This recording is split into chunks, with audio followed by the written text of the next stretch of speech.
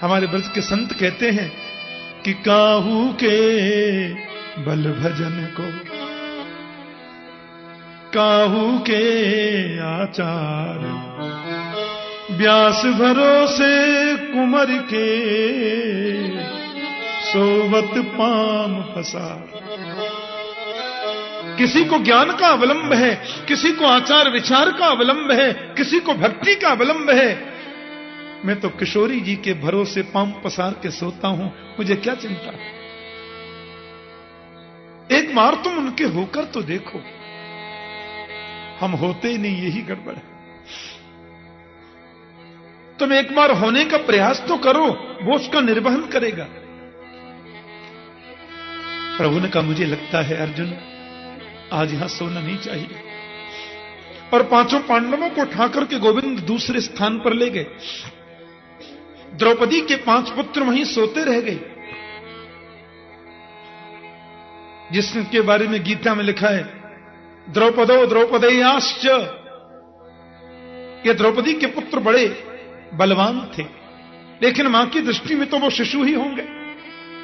बेटा कितना ही महान हो जाए, मां बोलेगी बेटा कब आया। वात्सल्य होता है। सोते हुए द्रौपदी के उन पुत्रों को अश्वत्थामा ने पांडव समझ लिया गलती से, वो 5 का सिर काट दिया। दुर्योधन पूछेगा तो जवाब देना है, सिर को रख के ले गया साथ में। दुर्योधन बोले क्या हुआ? बोले 5 मार दिए। अच्छा क्या प्रमाण है? बोले देखो जी सिर काट के ले आया। दुर्योधन बोले तुम तो ऐसे कह रहे हो जैसे गाजर मूली काट के आए हो क्या? पांडवों को मारना इतना सहज है? अजय सोते सोते खत्म कर दिया। हाँ आपका सब संदेह दूर, सब टेंशन खत्म। प्रकाश में जाकर के दुर्योधन ने देखा और द्रौपदी के पुत्रों का चेहरा देखकर दुर्योधन बोला अरे पागल ये तूने क्या किया? मैंने तुझे पांडवों को मारने के लिए कहा था, तूने तो द्रौपदी के 5 पुत्र मार के मानो हमारे वंश को ही खत्म कर दिया। मेरे वंश में कोई भी तो न रहा। पांडव आखिर हैं तो हमारे ही, एक ही गोत्र है, चाचा ताऊ के भाई हैं। ये द्रौपदी के 5 पुत्र रहते, एक बेटा तो अभिमन्यु युद्ध में मारा गया। ये 5 पुत्रों से वंश आगे चलता, तूने तो हमारा वंश खत्म कर दिया। अश्वत्थामा जमीन पर गिर पड़ा। दुर्योधन बहुत रोया और बाद में उसकी मौत हो गई, मर गया।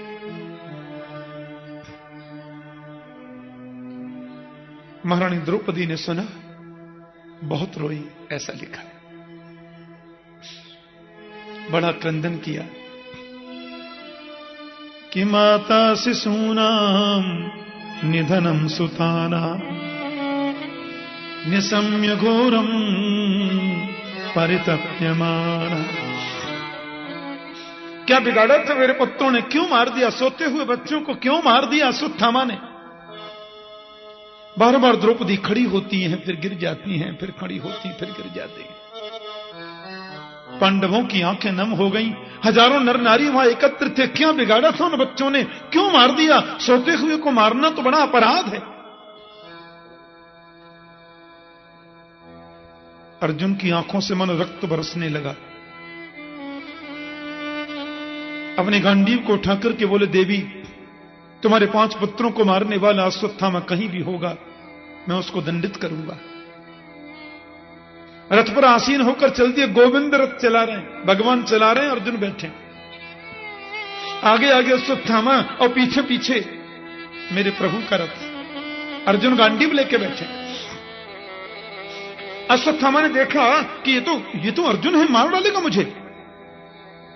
बस उसके पास एक ही वो अंतिम अस्त्र था। पिताजी ने इसको सिखाया तो कभी था नहीं। पांडव जब सीखने थे उसने सीख लिया था। द्रोणाचार्य महाराज बड़े भारी ज्ञानी थे शस्त्र विद्या के, लेकिन अपने पुत्र को उन्होंने जानबूझकर ब्रह्मास्त्र इसलिए नहीं सिखाया कि बात बात में ब्रह्मास्त्र चला देगा। और वो चलाना सीख भी लिया, पांडवों की देखा देखी, तो वापस करना आता ही नहीं था। ऐसी उसकी विचित्र स्थिति। उसने देखा कि अर्जुन मुझे मार डालेगा, उसने ना समझने ब्रह्मास्त्र चला दिया।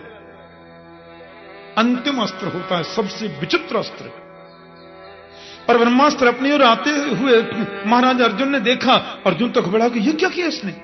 अरे ब्रह्मास्त्र ला दिया। ब्रह्मास्त्र को कोई भी उसकी कोई काट नहीं है। अर्जुन तो चरणों में गिर पड़े, गोविंद बचाओ, प्रभु कुछ करो आप, हे प्रभु आप ही हमारी रक्षा करें, आप ही कुछ करें। गोविंद बोले अर्जुन बहुत भोले हो तुम, पर तुमको ये मालूम नहीं विषस्य विषम औषधम, कभी कभी विष की औषधि विष ही होता है। पैर में कांटा लग जाता है ना जंगल में, हम लोग कहते हैं अब कैसे निकालें, ये कांटा लग गया तो दूसरा कांटा खोजते हैं और दूसरे कांटे से पैर के कांटे को निकाल देते हैं। लोहे को काटना हो तो किसी और चीज से लोहा कट ही नहीं सकता, वो तो लोहे से ही कटेगा। गर्म करके ठंडे लोहे से काट देते। मैंने सुना है किसी व्यक्ति को यदि काला नाग डस ले तो झाड़ फूंका वालों के पास हम लोग जाते हैं, तब तक आदमी मर जाता है। हाँ, इसलिए वहां सब न जाकर हम सीधे डॉक्टर के पास जाना चाहिए, सबसे बढ़िया बात है। तो मैंने सुना है कि डॉक्टर के पास आप गए और यदि ये बिल्कुल कंफर्म है कि इस आदमी को काले नाग ने डस लिया है, तो डॉक्टर उसको जो इंजेक्शन लगाते हैं बोले विष के द्वारा ही उस विष को शांत किया जाता है। पर उसमें अब दो बातें हैं, यदि उस आदमी को काले नाग ने नहीं डसा हो, फिर डॉक्टर यदि मार दे तो फिर तो मर ही जाएगा। हाँ, और नाग ने डसा है तो निश्चित रूप से वो ठीक हो जाएगा।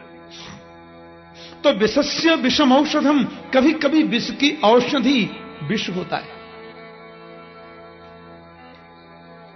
उसने ब्रह्मास्त्र लाया, दोनों टकरा के शांत होकर गिर पड़े। दौड़ करके अश्वत्थामा के सिर के केस पकड़ के खींच के लाए। भीड़ लगी थी, देवी यही पापी अश्वत्थामा है, मृत्युदंड तो इसको मिलेगा, लेकिन मैं चाहता हूं कि तुम बताओ इसको कैसे मारा जाए। जमीन में जिंदा गाड़ करके मारे, या जलती हुई अग्नि में जलाकर के मारे, या शेर का भोजन बना करके मारे, कैसे मारा जाए ये तुम ही बताओ। उन लोगों के बीच में अश्वत्थामा थर थर थर थर कांप रहा है। महारानी द्रौपदी के हृदय में करुणा आ गई, नेत्रों से आंसू बह चले। उवाच स्नासहन्त्यस्य बन्धनानयनं सती मुच्यतामेष ब्राह्मणो नितरां गुरु। द्रौपदी ने कहा इसको छोड़ दीजिए, ब्राह्मण है और ब्राह्मण तो आपके गुरु हैं। ब्राह्मण तो सदैव गुरु होता है। आपने इन्हीं के पूज्य पिता श्री से समस्त विद्याओं का अध्ययन किया, विशेषकर शस्त्र विद्या में पारंगत आप हुए इनके पिता श्री की कृपा से। ब्राह्मण है, छोड़ दीजिए। अर्जुन ने कहा क्या कहती हैं आप? राजनीति में यह सब नहीं चलता। अरे जिस व्यक्ति ने अपराध किया उसको दंड मिलना चाहिए, चाहे वो कोई क्यों ना हो। और आप जानती नहीं देवी, आज इसको छोड़ देने का मतलब है कल किसी और व्यक्ति को मारेगा। अरे सठई साठ्यम समाचरेत, ये कृपा का पात्र नहीं है, दया का पात्र नहीं है, इसको दंड मिलना ही चाहिए देवी। और आप कहती है कि मैं यानी कि छोड़ दूं, ये तो अच्छी बात नहीं है। नहीं, मत मारो, क्योंकि मुझे ऐसा लगता है कि मैं एक मां हूं और एक माता ही दूसरी माता के हृदय की वेदना को समझ सकती है। एक मां ही दूसरी मां के हृदय की वेदना को पहचान सकती है। मैं कहती हूं मत मारो, और यदि इसको मारने से मेरे पांचों पुत्र जीवित हो सकते हो तो जरूर मारो, लेकिन ऐसा कभी नहीं हो सकता। फिर इसको मारकर आप ब्रह्म हत्या क्यों मोल लेना चाहते हैं? इसलिए मेरा आपसे विशेष निवेदन है, इसको छोड़ दीजिए। अर्जुन तो बड़ी दुविधा में पड़ गए।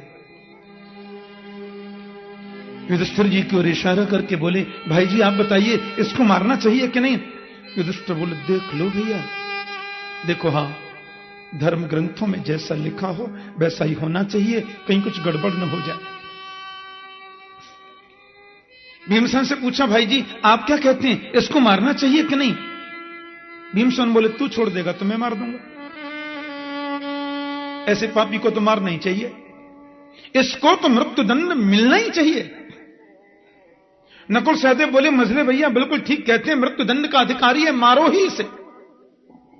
द्रौपदी कहती है, मत मारो,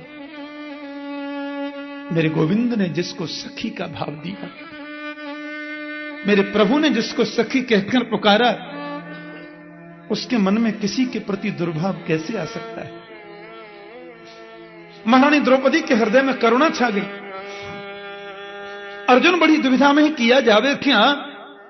उनके परम गुरु, परम सखा गोविंद भी तो वहीं खड़े थे। कन्हैया ने देखा हमसे कोई पूछेगा तो अपना सुझाव दे देंगे, बिना पूछे तो दें क्यों? कोई अन्याय से पूछे तो भी नहीं देंगे। अर्जुन ने तो तुरंत गोविंद के चरणों में प्रणाम किया और कहा, प्रभु आप ही कुछ बताओ ना, आखिर मैं करूं क्या? मेरे प्रभु ने बहुत सुंदर बात कही।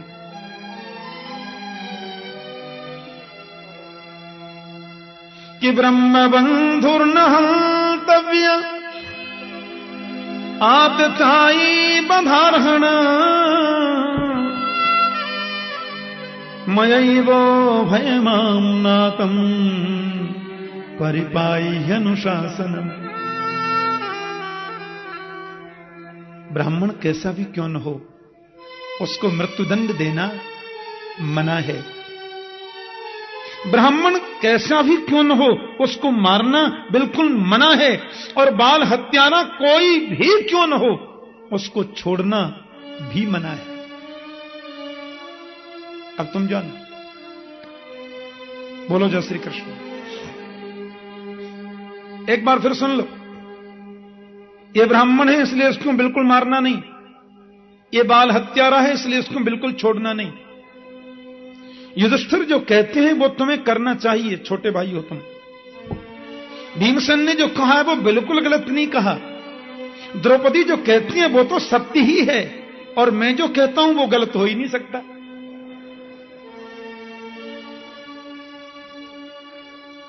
अब तुम जानो, हजारों लोग खड़े, माताएं भी खड़ी हैं, और जजमेंट दे दिया जज साहब ने। भीमसेन से कभी गोविंद थोड़ा हास्य परिहास कर लेते थे। हाँ, भीमसेन 1 मिनट तो मौन रहे, अर्जुन तो चिंता में है। फिर भीमसेन बोले, क्या सुंदर जजमेंट दिया है।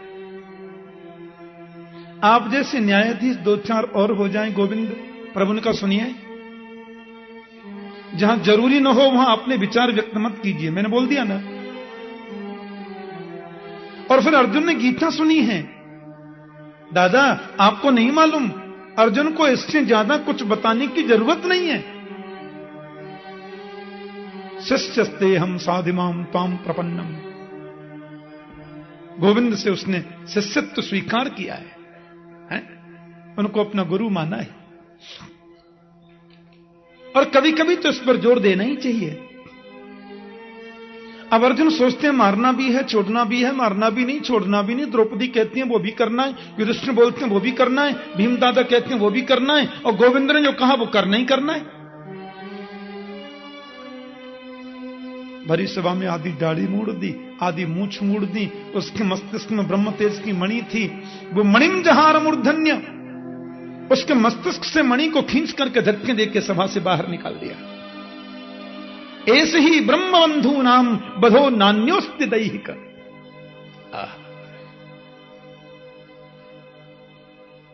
समाज में जिसकी प्रतिष्ठा,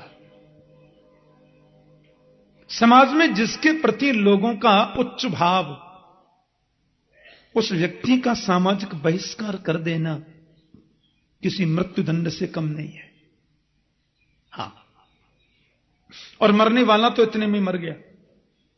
हां, कितने लोग तो शर्म के मारे, लज्जा के मारे मर जाते हैं, लेकिन कुछ लोग ऐसे भी होते हैं कुर्ता झाल के चल देते हैं। किसी ने पूछ लिया, बड़ी अपमान हो गया आपका, राम राम राम राम, भरी सभा में है ऐसा अपमान? बोले तो छोटी सी सबुल्ली, हम तो बड़ी बड़ी सभा से निकल गए ऐसे ही, उसको क्या, छोटी सी सबुल्ली है। हां, आप पार्लियामेंट में लाइव टेलीकास्ट देखते हैं टीवी में, तो देखना, जिनको भेजते हैं आप चुन करके, पार्लियामेंट की सुरक्षा में 25 लाख रुपए रोज का खर्चा है। उसमें जाकर कैसी कुत्ता बिल्ली की सी लड़ाई होती है, आप देखना, शर्म आती है देख करके। कोई फर्क नहीं, झाड़ लिया फिर चल दिया। आज गाली दे रहे हैं, 2 घंटे बाद ही गले लग गए। न किसी बात का महत्व, न किसी वचन का महत्व, चरित्र नाम की तो चीज नहीं।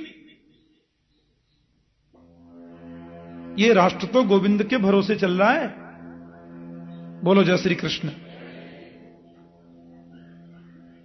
अश्वत्थामा के मन में ईर्ष्या और बढ़ गई। अपमान किया मेरा, धक्के देके निकाल दिया सभा से। पांडवों के वंश को निर्वंश नहीं किया तो मैं भी द्रोणाचार्य नंदन नहीं। जबकि होना क्या चाहिए था, काम तो मैंने मरने का किया था, पर अर्जुन ने मुझे मारा नहीं, थोड़ा धक्का देके ही तो निकाल दिया। शुक्रगुजार होना था अर्जुन का, लेकिन ईर्ष्या और भड़क गई। और मनुष्य के जीवन के 2 सबसे बड़े शत्रु हैं और 2 ही सबसे बड़े मित्र हैं। मानव के जीवन के निकटतम 2 मित्र हैं, कर्मयोग और विवेक। कर्मयोगी बनो और विवेक कभी छोड़ो मत। मानव के 2 निकटतम महान शत्रु हैं, ईर्ष्या और क्रोध। और ईर्ष्या तो ऐसी दीमक है सज्जनों, जिसमें लग जाती है, धीरे धीरे धीरे उसको बर्बाद कर देती है। ईर्ष्या से बचने का प्रयास करना है जीवन में। पांडवों के वंश को निर्वंश कर दूंगा मैं, फिर जोर से हंसा। अरे वंश में है ही कौन जब निर्वंश करूं, सब तो मर गए। अब इनके वंश में एक बेटा था, वो अभिमन्यु, युद्ध में मर गया। 5 और बेटियां थे द्रौपदी के, कल मैंने मार दिया। अब इनके है ही कौन, काय का वंश खत्म। कौरव मर गए, ये मर जाएंगे 2-4 दिन में। कोई पानी देने वाला ही नहीं रहेगा, तर्पण वाला ही नहीं रहेगा, कि पांडवों के वंश तो खत्म। उनके बाद फिर कहता नहीं नहीं, अश्वत्थ ये अभिमन्यु की मृत्यु के समय मैंने सुना था कि उनकी पत्नी गर्भवती है। ओहो, अभिमन्यु की मृत्यु के समय उनकी पत्नी गर्भवती थी, वो बालक तो अब जन्म लेने वाला होगा, क्योंकि मैंने सुना था कि वो 9 मास पूर्ण कर रहा है। यदि उस बच्चे को गर्भ में ही नष्ट कर दिया जाए तो पांडवों का वंश खत्म। वो बालक रहा तो वंश तो चलेगा। इतनी घृणित ईर्ष्या उसके मन में आ गई। इसी को बोलते हैं ऊंच निवास नीच करतूती। ऊंचे स्थान पर बैठकर के कर्तव्य नीचों जैसा। और इसका यह मतलब भी है कि आवश्यक नहीं है कि ऊंचे खानदान में जन्म लेने से व्यक्ति के विचार भी ऊंचे हो जाएंगे। यह जरूरी नहीं है कि आदर्श पुरुष का बेटा भी आदर्श पुरुष ही होगा।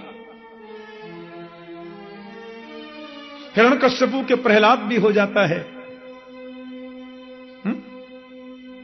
और राजा बहन के यहां पृथु जैसे का प्रादुर्भाव होता है। कभी कभी महात्मा पिता का दुष्ट पुत्र होता है। राजा अंग का बेटा बैन हो गया। अंग इतने बड़े धर्मात्मा और बैन इतना बड़ा दुष्ट,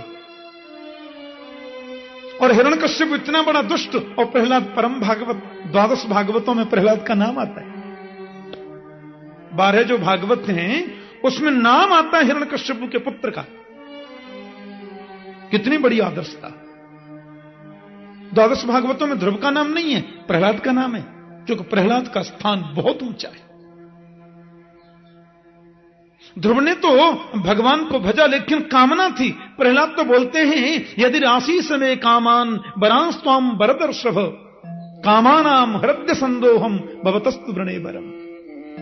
मेरे मन में मांगने की कभी इच्छा ही पैदा नहीं हो, इसलिए वो 12 भागवतों में स्थान पा गए। गिनीज बुक में नाम आ गया। आदर्श पुरुष हैं। द्रोणाचार्य जैसे महापुरुष का पुत्र होकर इतना घृणित कर्म। अपने आश्रम पर बैठे बैठे अश्वत्थामा ने अभिमंत्रित करके ब्रह्मास्त्र चला दिया गर्भस्थ शिशु के विनाश के लिए। अभिमन्यु की विधवा गर्भवती पत्नी महारानी उत्तरा जैसे उसने ब्रह्मास्त्र आते देखा, दौड़ पड़ी, गोविंद के चरणों में गिर गई। पाहि पाहि महायोगिन देव देव जगतपते नान्यम तथभयम पश्ये यत्र मृत्यु परस्परम। हे केशव मेरी रक्षा करें, हे प्रभु मेरी प्राण रक्षा करें। कामम दहतु माम नाथ मामे गर्भो निपात्यताम। ये ब्रह्मास्त्र मुझे नष्ट कर दे इसकी चिंता नहीं है, पर मेरे गर्भस्थ शिशु को बचाओ। यदि ये गर्भस्थ शिशु न रहा तो पांडवों के वंश में कोई तर्पण करने वाला भी नहीं रहेगा। सूत जी कहते हैं कि उस समय गोविंद जैसा रोए महाभारत के किसी प्रसंग में प्रभु इतना नहीं रोए। भगवान ने मन में सोचा इस बच्चे ने क्या बिगाड़ा, इसने तो भी संसार को देखा भी नहीं, इस बच्चे का विनाश क्यों करना चाहता अश्वत्थामा। लेकिन ब्रह्मास्त्र तो बड़ी तीव्र गति से आ रहा है, और उत्तरा ने कह दिया कि मैं मर जाऊं परवाह नहीं, लेकिन इस बच्चे को बताइए। कहते हैं गोविंद के नेत्रों में आंसू, बोले बेटी तुम्हें बिल्कुल डरने की जरूरत नहीं है, मैं सुरक्षा करूंगा तुम्हारे पुत्र की। क्योंकि कृष्ण तो उत्तरा के मामा ससुर लगते हैं, उसके पति के साक्षात, उसके पति के मामा ही खास।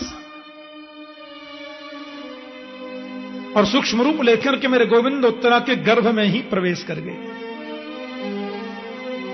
और वहां जाकर श्रीमद दीर्घ चतुर्बाहुम 4 भुजाएं धारण कर ली, और अपनी गदा को प्रभु ने सुदर्शन चक्र की भांति बच्चे के चारों तरफ घुमाया, और उस बच्चे की प्राण रक्षा कर दी। सूत जी बोले कैसा लगा? ऋषि बोले आश्चर्य है। सूत बोले बिल्कुल नहीं। भगवान ने गर्भ में जाकर बच्चे की प्राण रक्षा कर दी, यह आश्चर्य नहीं है। ऋषि बोले नहीं, आश्चर्य तो महाराज है। सूत जी बोले आश्चर्य है, पर प्रभु ने गर्भ में जाकर बच्चे को बचाया, यह आश्चर्य नहीं है। ऋषि बोले तो फिर आश्चर्य क्या है? सूत जी बोले आश्चर्य यह नहीं है कि भगवान ने गर्भ में जाकर बच्चे को बचाया, आश्चर्य तो ऋषियों ये है कि गर्भ का बच्चा कितना भाग्यवान है जिसने दुनिया में जन्म बाद में लिया, गोविंद का दर्शन पहले कर लिया। आश्चर्य तो यह है। आपको ब्रह्मा की सृष्टि के इतिहास में ऐसा दूसरा उदाहरण मिलेगा ही नहीं। किसी ने जन्म बाद में लिया हो, गोविंद का दर्शन पहले कर लिया, दूसरा उदाहरण है ही नहीं। और ऋषियों, जिस बच्चे को गोविंद ने गर्भ में जाकर बचाया वही राजा परीक्षित है, वही श्रीमद् भागवत के मुख्य श्रोता मेरे गोविंद के लाडले भक्त आदरणीय परीक्षित है। इसीलिए तो उनका नाम परीक्षित हुआ। परितः इच्छतीति परीक्षित। जन्म के बाद जीवन भर वो यही सोचता रहा कि गर्भ में जिसने मुझे बचाया वो कहां है। इसी खोज ने तो उनको परीक्षित बना दिया। और एक बात कहें,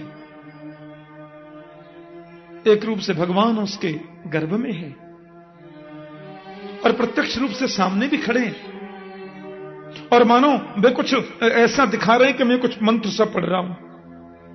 उत्तरा से हर 2 मिनट में पूछते हैं अब कैसा लग रहा है? उत्तरा बोली मैं स्वस्थ महसूस करती हूं। अच्छा अभी ठीक है ना, कोई कष्ट तो नहीं है? और एक रूप से अंदर जाके सब लीला कर रहे हैं, उस बच्चे को दर्शन दे रहे हैं, प्राण रक्षा कर रहे हैं। पर तू कितना ही पर्दा कर ले, भक्तों के सामने तो तू असली रूप में दिख जाता है। जीव की जैसे कोई चालाकी भगवान के सामने नहीं चलती, वैसे भगवान की कोई चालाकी भक्तों के सामने नहीं चलती। पक्की बात। माता कुंती को सब दर्पण में जैसे दिखाई दे रहा है। एक रूप से बाहर खड़ा है, एक रूप से अंदर प्रवेश किया है। मेरे प्रपौत्र की प्राण रक्षा कर दी, मेरे वंश को बचा लिया। माता कुंती चरणों में गिर पड़ी। नमस्ये पुरुषं त्वाद्यं ईश्वरं प्रकृते परम अलक्ष्यं सर्वभूतानां अंतर्बहिरवस्थितम्। माता कुंती कहती है मैं प्रणाम करती हूं केशव आपके चरणों में। आप ईश्वर हैं, प्रकृति से परे हैं, पुराण पुरुषोत्तम हैं, सन्मुख रहकर भी जीवों के अलक्ष्य बने हुए हैं।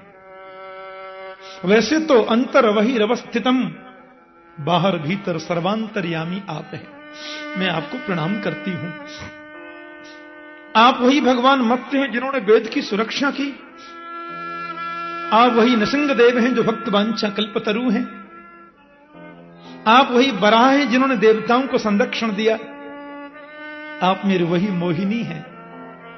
कितने रूपों का वर्णन करूं मैं आपके। आप निर्गुण निर्विकार होने के बाद भी सगुण साकार सबशेष हैं। ये माया का पर्दा जीव की आंखों के सामने ऐसा पड़ जाता है कि पास में रहकर भी जीव तुम्हें देख नहीं पाता। कि यथा परमहंसानाम मुनीनाम अमलात्मनाम भक्ति ज्ञान विदार्थम कथम पश्येमहि स्त्रियः। मैं तो एक नारी हूं, अज्ञानी हूं, मैं आपको कैसे समझ सकती हूं? गोविंद आप तो भक्त वांछा कल्पतरु हैं, बड़े बड़े मनीषी, बड़े बड़े अमलात्मा, बड़े बड़े ब्रह्मर्षि समाधि के माध्यम से आपको जानने में असमर्थ रहते हैं केशव। बुआ क्या कह रही हैं आप? भगवान ईश्वर, बुआ आपका भतीजा हूं, वो भी सबसे छोटा। आपके लघु भ्राता वसुदेव जी की सबसे छोटी संतान हूं मैं। भगवान कहती हैं आप। युधिष्ठिर जी की ओर देखा, आपने सुना? भगवान कहती बुआ मुझे। भीम दादा परमात्मा कह रही है मेरी बुआ मुझे। गोविंद मुस्कुरा करके बोले बुआ ने जब भगवान कह ही दिया है तो चलो अपन भगवान हैं। हां, और जब भगवान हैं तो दुनिया भगवान से मांगती है, तुम भी मांग लो। और क्योंकि भाइयों में तो सबसे ज्येष्ठ युधिष्ठिर जी हैं, तो वे ही क्यों न शुरुआत करें। क्या चाहिए? युधिष्ठिर बोले क्या मांगू केशव? किसी ने पदार्थ नहीं मांगा, ध्यान देना। किसी ने वैभव नहीं मांगा, दुख निवृत्ति नहीं मांगी। युधिष्ठिर बोले जीवन की प्रत्येक परिस्थिति में मैं सत्य को कभी छोड़ू नहीं, ऐसा वर दे दो।